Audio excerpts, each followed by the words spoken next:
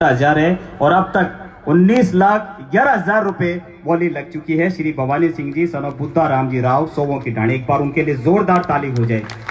साथ ही श्री अर्जुन राम जी, श्री भागीरथ जी मेहरिया मंदिर निर्माण में 1,01,000 रुपए इन्होंने दिए हैं। और हरीश जी चौधरी साहब राजस्व मंत्री, इनकी तरफ से 1,00,000 रुपए की इन्होंने दिए हैं। इनके लिए भी एक बार जोरदार ताली हो जाए। और डॉक्टर ज्योति मिर्जा साहिबा, इनकी तरफ से भी 1,00,000 रुपए जोरदार ताली हो जाए। और मैं एक छोटी सी घोषणा और करना चाहती हूँ कि पीछे अभी एक केवसर के अंदर कॉलेज का कार्यक्रम करने गए थे, तो वहां पे सभी युवा साथियों की इच्छा थी कि वहां के कॉलेज का नाम, जो अभी राजकीय कॉलेज के नाम से चलता है, उनका नामकरण वीर तेजाजी महाराज के नाम से किया जाए। उसकी औपचारिक स्वीकृति मैंने ले ली है और जल्दी इसको जो नाम की घोषणा है वो हम लोग करवाएंगे। इस चीज का भी आपको आश्वासन। बोले सत्यवादी जुझारू गीत। और अब मैं निवेदन करूंगा आज के इस कार्यक्रम के मुख्य अतिथि परम आदरणीय श्री हरीश जी चौधरी, राजस्व मंत्री राजस्थान सरकार, वो आ ही गए जिनका इंतजार था। आओ हम खुशियों के दिए जला लें। आपके मुख्य अतिथि के स्वागत में सब लोग जोरदार तालियां बजा लें, जोरदार तालियां बजा लें।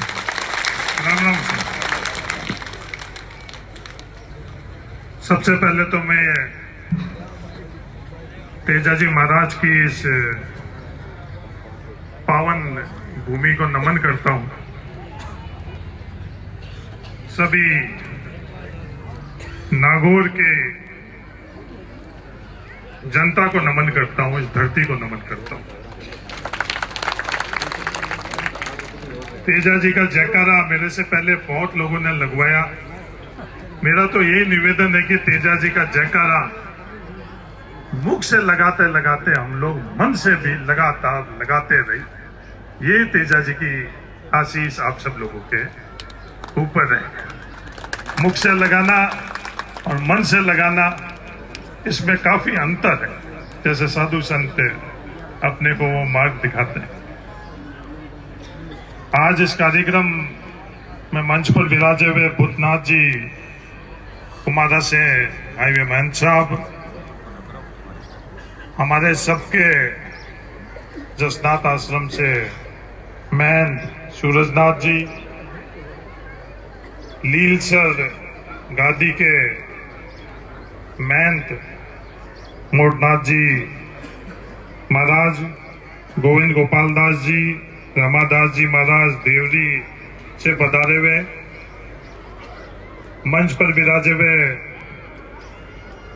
पूर्व सांसद ज्योति मिर्जा जी, सवाई सिंह जी, तमाम अतिथिगण, बुजुर्गों, नौजवान साथियों, माताओं, बहनों, सबसे पहले तो मैं तमाम कमेटी को और जिस किसने भी सहयोग किया है इस छात्रावास में और आज इस मंदिर निर्माण में, उन तमाम लोगों को मैं धन्यवाद ही नहीं साधुवाद देना चाहता हूं। चाहे उन्होंने पैसों से, चाहे भावना से और चाहे समय देकर इस पावन भूमि को बनाने के ऊपर, पावन मंदिर बनाने के अंदर जिस किसी ने सहयोग किया है। मेरे से पूर्व वक्ताओं ने भी बताया,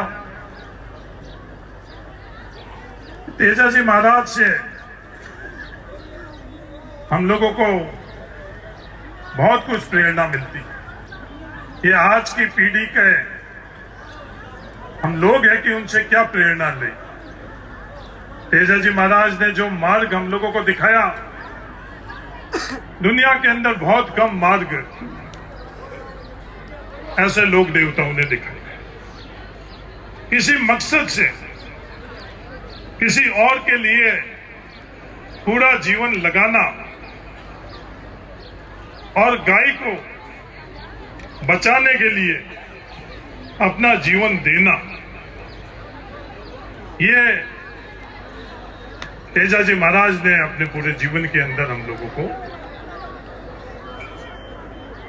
जीवन जीकर दिखाया। पिछले दिनों में रोहित के अंदर एक आंजना समाज की किसी सम्मेलन में था और आंजना समाज के महाराज ने एक बड़ी कड़वी बात मेरे को कही मेरा नाम लेकर कही और वहां बैठे हुए तमाम लोग थे उनको कि ये गाय सिर्फ पूजन से नहीं बचेगी, गाय पालन से बचेगी। हम लोगों को ये सौभाग्य मिला है महादेव जी की कृपा से, तेजा जी की कृपा से, कि किसान के वहां पैदा हम लोगों को उन्होंने किया है। किसान के यहाँ पैदा करने से हम लोगों को गाय पालने का पीढ़ियों से हम लोगों को अवसर मिला। और आज इस पीढ़ी के अंदर हम लोग भी कितनी गाय पालन के अंदर रुचि रखते हैं, और जो ये दुनिया गाय पूजन के अंदर लगी हुई है और उसके साथ साथ कितनी गाय पूजन हम लोग करते हैं। मेरा निवेदन है कि इसके बारे में जरूर आप लोग सोचें।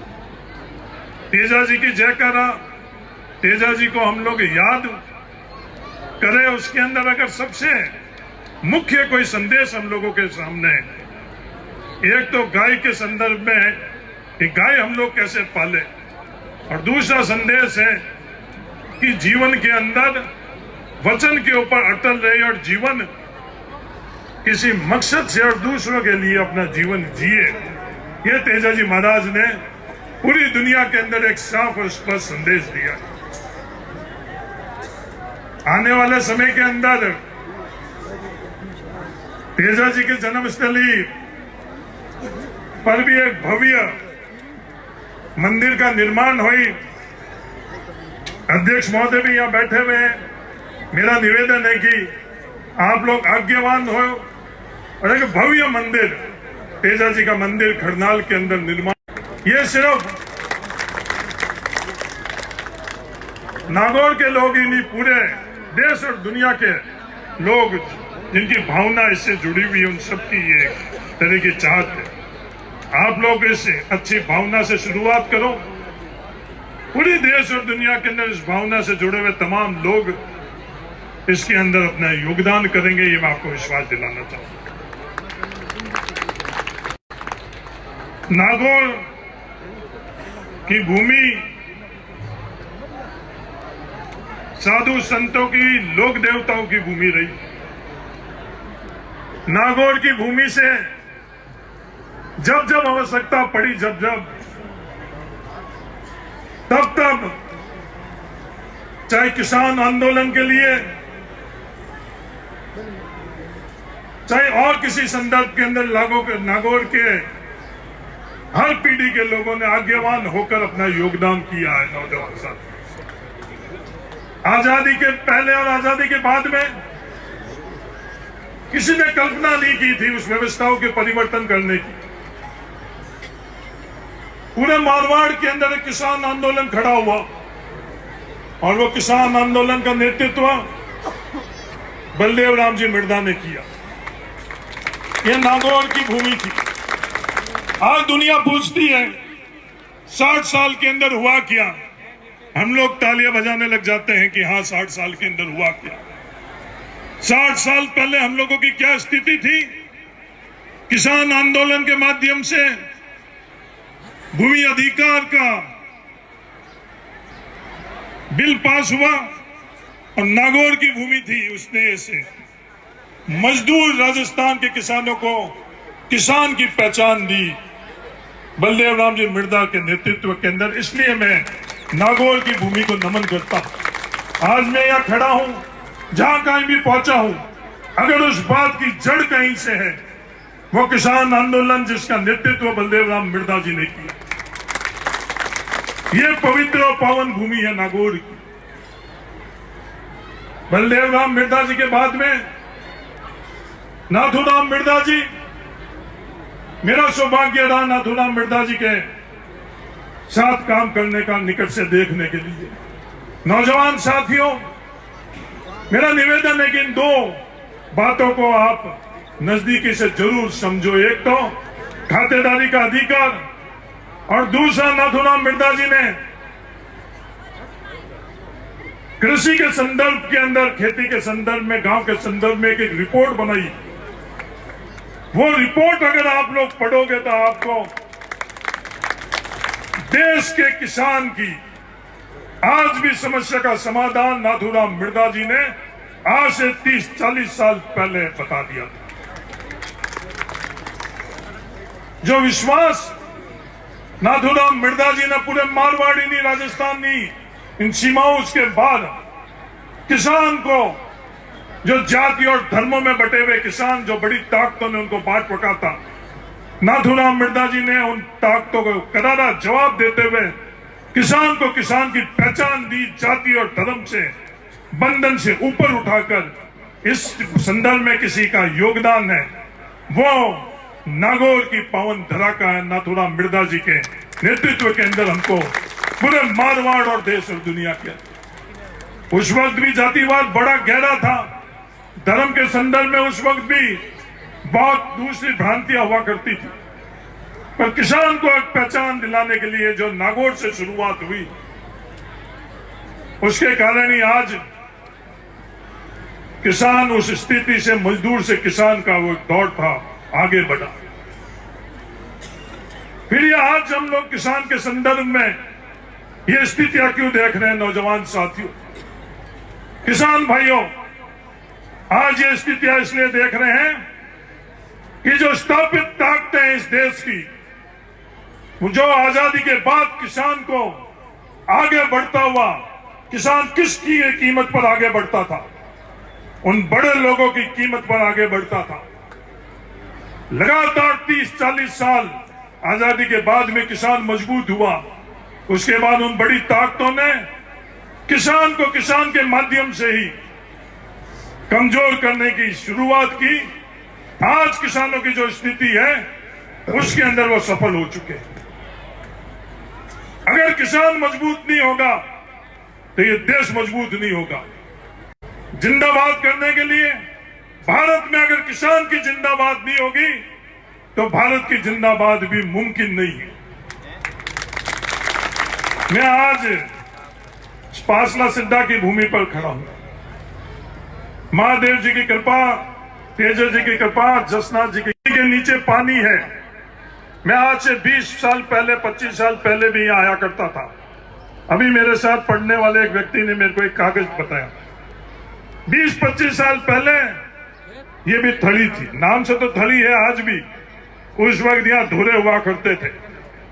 और सिर्फ 15-20 साल पहले जब पानी हम लोगों को ट्यूबवेल के माध्यम से यह मिलना शुरू हुआ, आज उस पानी की क्या स्थिति है? किसान भाइयों, चौधरियों, मैं आपसे निवेदन करना चाहता हूं, जो पानी का स्तर जिस रफ्तार से गिर रहा है, सोइला की क्या स्थिति हो गई है, मेड़ता की क्या स्थिति हो गई है, भोपालगढ़ की क्या स्थिति हो गई है, मथानिया की क्या स्थिति हो गई है, यह आने वाले समय के अंदर जिस रफ्तार से पानी नीचे जा रहा है, आने वाले समय के अंदर हम लोगों की खेती की और हम लोगों की भी स्थितियां क्या रहेगी, मैं आप लोगों को आने वाले समय के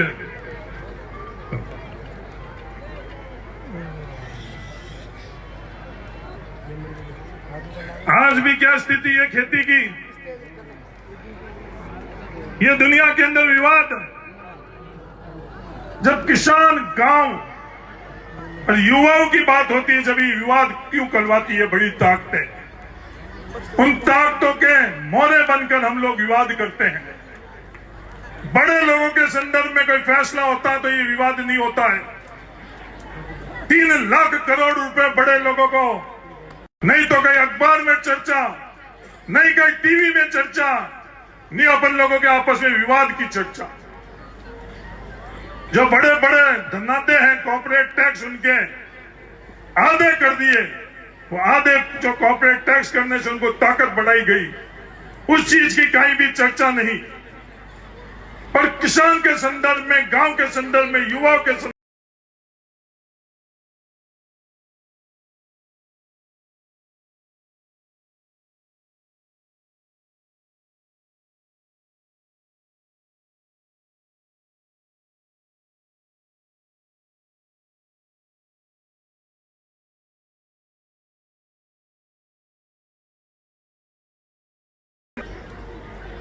मैं नागौर आया। नागौर में पत्रकार वार्ता के अंदर मैंने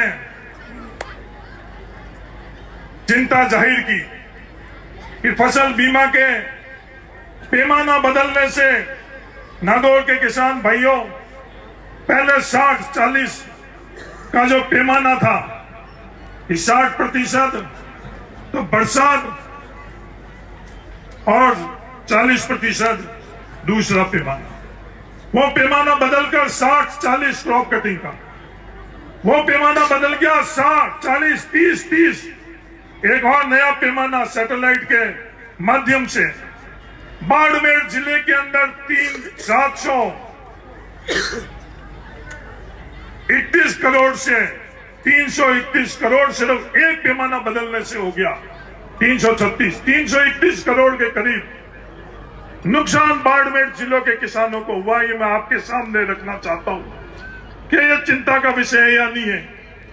हम लोगों की ताकत इन फैसलों से कम करने के लिए ये बात रखना सही थी गलत थी, किसान भाइयों, ये मैं आप पर छोड़ता हूं।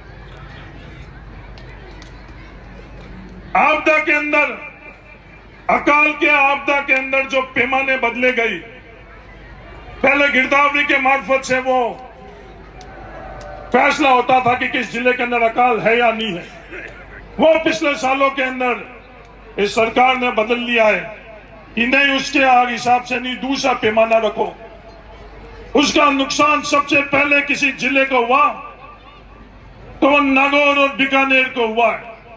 मैं नागौर और बीकानेर के अंदर जब नुकसान हुआ उस वक्त चिंता जाहिर नहीं करूं तो कल के दिन बाड़मेर के अंदर भी इसी पैमाने से नुकसान होने की पूरी संभावना नहीं, पक्का नुकसान होगा। इस तरह के फैसले सरकार में क्यों नहीं होते हैं?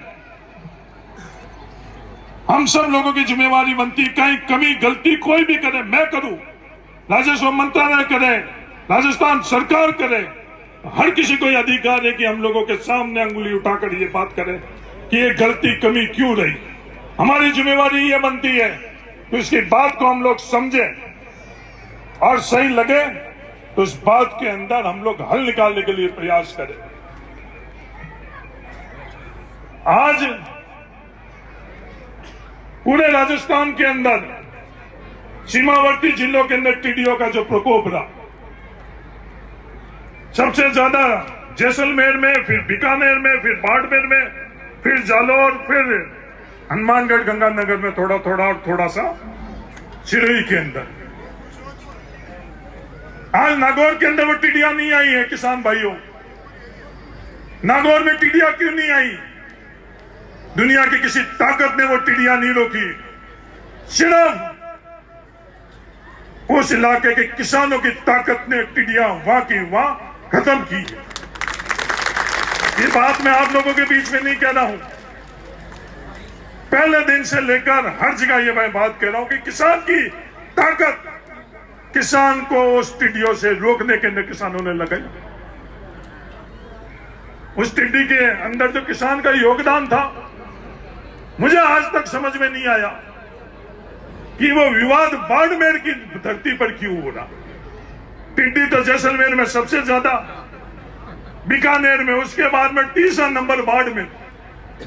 तो पूरी दुनिया, पूर्व मुख्यमंत्री जी क्या, गजेंद्र सिंह जी शेखावत क्या, सतीश पूनिया जी क्या, तमाम लोग, आपके एमपी साहब का, सब लोगों को चिंता टिड्डी के संदर्भ में बाड़मेर की भूमि थी।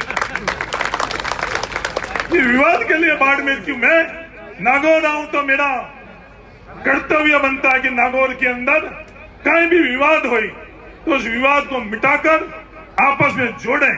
ये मेरा कर्तव्य नहीं, ये मेरा धर्म बनता है। इस पवित्र भूमि के अंदर मैं ये बात करना चाहता हूं। कहीं भी मन मुटाव हो, कहीं भी किसी प्रकार के विवाद हो, मैं जिंदाबाद बुलाने के लिए मेरे ढाणी छोड़कर लोगों के बीच में नहीं आया। जिंदाबाद किसकी बोलने? हर किसान की, हर युवक की, हर व्यक्ति की नागौर में जिंदाबाद होगी। जब जाकर हरीश चौधरी नागौर के अंदर आ रहा है तो वो सार्थक। किसी एक की भी मुर्दाबाद है तो हम लोगों को उस भूमि के ऊपर वो मन और मनसा लेकर नहीं जाना। तमाम नागौर के लोगों की जिंदाबाद हुई, ये हम लोगों की सोच रहनी चाहिए। हम महादेव जी के उपासक, दुनिया पूछती है कि महादेव जी का क्यों होता, हनुमान जी का क्यों कौन नहीं है, देवी का क्यों कौन? महादेव जी के इसलिए कि महादेव जी का स्पष्ट संदेश कि सबको साथ में लेकर चलो। महादेव जी बारात लेकर गए, उस वक्त भी लोग जो जानकार थे, आज चौधरी नहीं भी तरह टाइम में कोई ना कोई चौधरी पंच हुआ करता। कई बात कही कि नहीं बारात में हागेड़ा ठाका ठाका बाराती लेप बजावा, बाकी छोड़ो। महादेव जी के नहीं मारी बारात में तो हैंड चीज, कोई लारे नहीं रहना चीज। बस आप महादेव जी जय करो।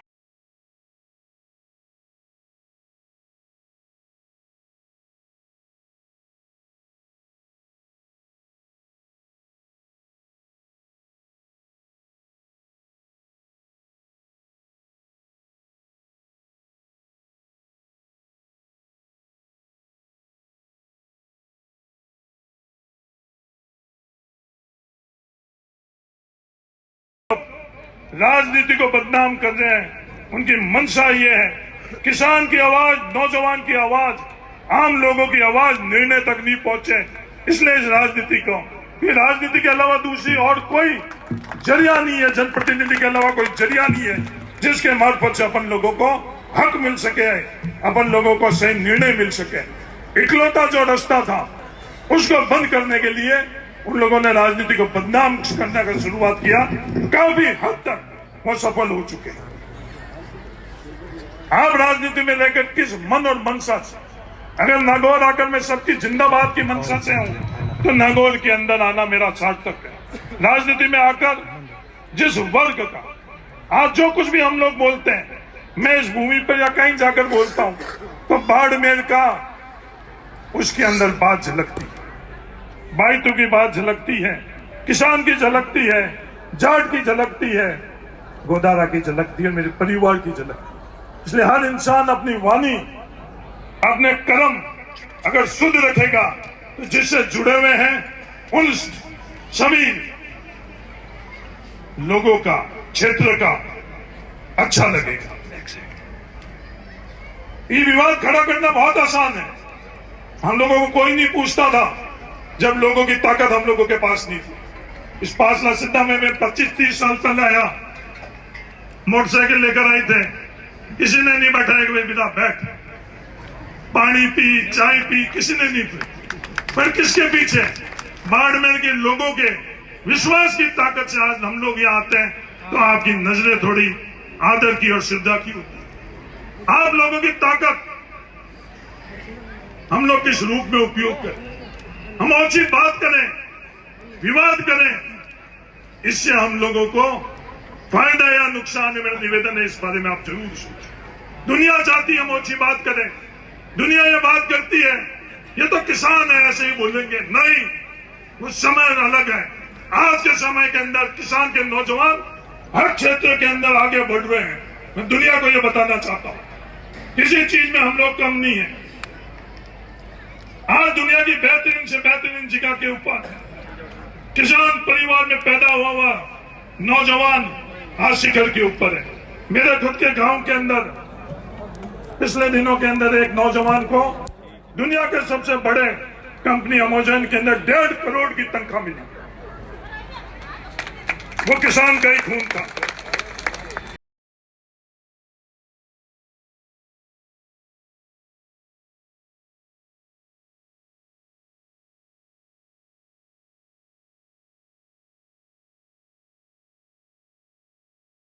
को आगे बढ़ाने का काम कर रहा है। आज मैं गर्व से कब खड़ा हूंगा जब किसान आगे बढ़ेगा, नौजवान आगे बढ़ेगा। आज बाइतू और बाड़मेर से कुछ आईएएस और आईपीएस हो गई, कुछ आरएएस और आरपीएस हो गई। हम लोगों को संतुष्ट नहीं होना चाहिए। ये बात कल मैंने घर में बोली। आज खिलसर के अंदर ये नौजवानों की ताकत है, योग्य नौजवान है, ये आगे कैसे बढ़े, इनमें से आईएएस कैसे बने। आज हम लोगों के लिए आदर्श क्यों बने हुए हैं? किसी को बताते हैं कि ये सफल हुआ है, कोई आईएएस, कोई आरएएस, कोई शिक्षक, कोई प्रोफेसर। दुनिया के सामने बुलाकर हम लोग उसका स्वागत क्यों करते हैं, उसका मान सम्मान क्यों करते हैं? क्योंकि कोई नौजवान, कोई विद्यार्थी प्रेरणा ले उससे, प्रेरणा लेकर अपने जीवन के अंदर सफल हुई। इसलिए समाज उन लोगों का आदर, मान, सम्मान करता है। आज हम लोग ही एक जनप्रतिनिधि के तौर के ऊपर जनता की ताकत से उनको अपमान कर कर समाज के अंदर हम क्या संदेश देना चाहता, मेरा निवेदन है इसके बारे में गहराई से सोचो। आज जिसको आईएएस को, जिस व्यक्ति को मैं गाली बोलना चाहता हूं गाली बोल सकता हूं, उसके सामने दुर्व्यवहार कर सकता हूं, व्यक्तिगत तौर पर मेरा नुकसान नहीं होगा, जो मेरा इलाका है उसका नुकसान होगा, जो मेरे लोग हैं जो जुड़े हुए उनका नुकसान होगा, किसान का नुकसान होगा, मेरे जाति का नुकसान होगा। इसलिए बड़ी गंभीरता से एक जनप्रतिनिधि के तौर के ऊपर हम लोगों को अपना आचरण रखना चाहिए, अहंकार नहीं रखना चाहिए। जितना हम विनम्र रहेंगे उतना हमारे को आगे बढ़ने के लिए मार्ग प्रशस्त रहेगा। ये मैं नौजवान साथियों आपको कहता हूँ, बहुत आसान है मैं यहाँ खड़ा होकर गलत हो, किसी को भी गलत मार्ग पर ले जाने के लिए चंद घटना ही चाहिए, पर सही मार्ग लगाने के ऊपर चलने के लिए ये साधु संत पूरे जीवन अपने आचरण से, अपने वाणी से पूरा जीवन लगाते हैं, जिससे हम लोग समाज इन लोगों को समझकर, इनके जीवन से प्रेरणा लेकर, इनकी वाणी के माध्यम से हम लोग आगे बढ़े। और गलत चीज तो क्या, अभी ज्योति जी बता रहे थे, कहीं भी वो लटके झटके पड़के ये कर देखते कि नहीं यहाँ तो मामला ठीक है, वहां मामला ठीक नहीं है। नौजवान साथी जो अपने पूर्वजों ने जिस जड़ को सींचा, परंपरा और जो संस्कार मारवाड़ की और नागौर की धरती ने हमको दिया है, उससे बेहतरीन दुनिया के अंदर कहीं उदाहरण नहीं है। वो उन पड़के लटके झटकों के अंदर कुछ नहीं है जो नागौर की धरती ने हमारे पूर्वजों ने दी। जेल में और भी बातें हैं। आज का अवसर तेजा जी महाराज के मंदिर के संदर्भ में और साधु संतों की वाणी के लिए है। मेरा भी मन बहुत करता है कि ज्यादा से ज्यादा समय इन साधु संतों के पास में बैठकर इनको सुने, पर मन लालची है, इसलिए कहते भाई जल्दी हो रही है और जल्दी हो रही है। ये मन का लालच ही है जो अपने को अच्छी जगह, पवित्र जगह से अलग कर और दुनिया के गलत झमेले में, कबीरदास जी ने नहीं कहा कि जम से बड़ा झमेला, कबीरदास जी ने कहा अपनी वाणी में। तो जो अच्छी चीज है लोग नहीं बढ़े। अंत में मैं उदाहरण देना चाहता हूं कि दुनिया में ये झमेला है उसमें अपन कैसे फंस जाते हैं। हमारे पूर्वज, हमारे परिवार के अंदर सिर्फ गुड़ का सेवन हुआ करता था, शक्कर अपने घरों के अंदर डाणियों में नहीं होती थी। दुनिया में किसी से पूछ लो गुड़ और शक्कर में क्या सही है, गुड़ कितना शक्कर से सही है। बीमार पड़ते थे गुड़ का दलिया बनाकर और दवाई, और आज शक्कर से बीमार पड़ते, तो भी हम लोगों ने धीमे धीमे धीमे उस पवित्र गुड़ को घर से बाहर निकाल दिया। झमेला है शक्कर, उसको पूरा ही पूरा घरों के अंदर डाल। इसलिए आप लोगों से मेरा निवेदन है कि ये झमेला है, इससे बचकर और जो सच्चाई है, सत्य है, जो मार्ग हम लोगों के लिए सही है, उसके ऊपर आप चलोगे तो ही तेजा जी की जयकारा सही रहेगी, तो ही साधु संतों का सानिध्य सही रहेगा, तो ही ये लोगों की माया, तो महादेव जी रहे यहाँ माया मिनकारी, तो माया मिनकारी भी अगर अपन सही मार्ग में माया मिनकारी लेकर जाएंगे, जब वो चीजें सही रहेगी।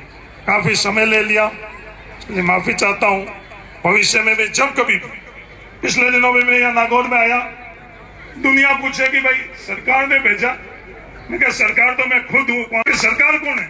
सरकार तो मैं हूँ, भेजना नहीं भेजना तो मैं तय कर और कौन मैंने कहवा भाई तो मिनकारी नजर ठाडी और बढ़ जा आप सरकार में कैबिनेट मिनिस्टर।